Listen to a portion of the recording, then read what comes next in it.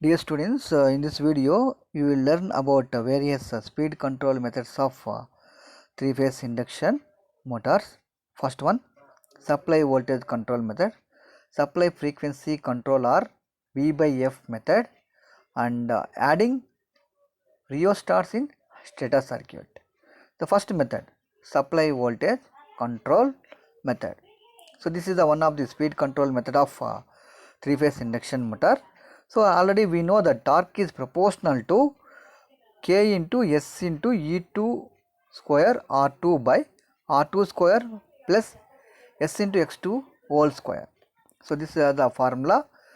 So here by increasing or by decreasing the supply voltage to the stator, so we can control the speed of the induction motor. So here E2 we know the rotor induced EMF at standstill, so which is depends on supply voltage. So E2 is rotor induced EMF, so which is increasing, which is decreasing by supply voltage, since E2 is depends on V supply voltage. So here we can see the relation E2 is proportional to V, right? And also for low slip region, when the slip is low, so which operates region of induction motor, S into X2 square less than R2, so and hence can be neglected. So when the low slip region, so this S into X2 value will be negligible, that value we can neglect. So in torque is proportional, once S is low slip, so the term we can neglect in denominator.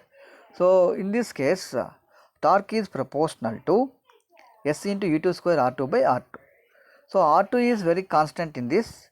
So here finally, so torque is proportional to S into V square. So here S into V square. So by applying the voltage, so we can control the torque. So here you can see torque. Torque increases, automatically the speed will be decreased. So here with normal voltage, with reduced voltage we can see. So reduced voltage, so we can see the speed is automatically less in this case of normal voltage. So by this way we are controlling the supply voltage and also we are controlling the speed of the induction motor, right?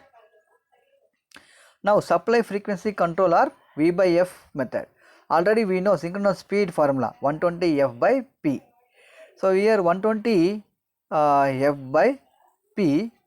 So PS means synchronous number of poles. So, number of poles in synchronous speed. So here F is supply frequency, PS is number of poles at the synchronous speed. So thus controlling the supply frequency smoothly, so we can control the speed. So here since NS is proportional to F, so here if you control the F, so we can control the synchronous speed can be controlled. So this gives smooth speed control of induction motor. So this method gives the smooth control of the speed for induction motor. So here we can see the air gap flux expression. So pi g air gap flux pi g is equal to 1 by 4.44 K1 TPH 1 into V by F. So here frequency varies, the speed flux will be varies. So to achieve this, it can be seen from the above expression that along with F, V also must be changed so as to keep V by F ratio constant. So V by F ratio if you keep constant, so this ensure that constant air gap flux giving speed control without affecting the performance of the motor. So constant V by F ratio, so if you give, so this will flux will not changes, okay. So hence this method is called V by F method. So here, so ensuring constant air gap flux, so giving speed control without affecting the performance of the motor, okay. So next here we can see the one more V by F method, how we are controlling. So we are giving AC input voltage to the converter. So in this figure we can see, so converter will convert into DC, again we are giving to the inverter, so inverter again will converting to the AC, so that voltage we are giving to the induction motor stator. So by the way we are controlling the voltages and frequencies, so that we can control the speed. So this method is also one of the important method of speed control of three-phase induction motor. So normally supply is available constant voltage, constant frequency in AC supply. The converter converts AC to DC supply, so that is called rectifier. So this DC supply is then given to the inverter. So which normally inverter will convert DC to AC. So the inverter device convert to DC to variable AC supply, variable frequency supply. So by keeping the V by F ratio constant, so V by F ratio is constant, and by selecting the proper frequency and maintaining the V by F ratio constant, the smooth speed control of induction motor we can achieve. So the smooth speed control of induction motor is is possible. Okay. So here we can see the frequency F1 greater than F, F2 is less than F. So we can see the variation of the torque and slip. So when frequency is high, for a high value of slip, torque will be high, and frequency is less, decreasing, for high value of the slip, torque will be decreasing, torque will be varies. So here, so the disadvantage of this method is that supply obtained cannot be used to supply other devices. So supply what we are getting, so that cannot be used for other devices, so which requires constant voltage. Hence an individual scheme for the separate motors is required, so which makes it costly. So the supply what we are making V by F ratio constant, the supply that voltage we cannot give to the other devices. So we need to have separately converters, so that leads the method is costly. That is the one disadvantage of this method. So next one, adding the rheostat in stator circuit. So here we are adding a rheostat. So rheostat means resistances, variable resistances. So resistance is high means current flow will be low, so that voltage drop will be increased. Applied voltage will get dropped at rheostats. So we are not giving full voltage to the stator circuit. So by that we can control the speed of the induction motor. That is the general concept. So here the reduction in stator voltage causes reduction in the speed. Okay. The rheostat can be varied as per the required change in the speed, but the entire line current flows to the rheostat, hence there are large power losses. So high amount of current flows, rheostats will get heat, so it will dissipate the power losses. So this method is not efficient from speed control point of view, hence we are using stators rather than the speed control methods. So rather than this method we are using stators for speed control of this three-phase induction motor. Okay. So here we using this method we have power losses, and also we need extra rheostats, so which leads the costly. So method will be costly, and also every time frequently rheostats will get damaged due to high amount of heat dissipation.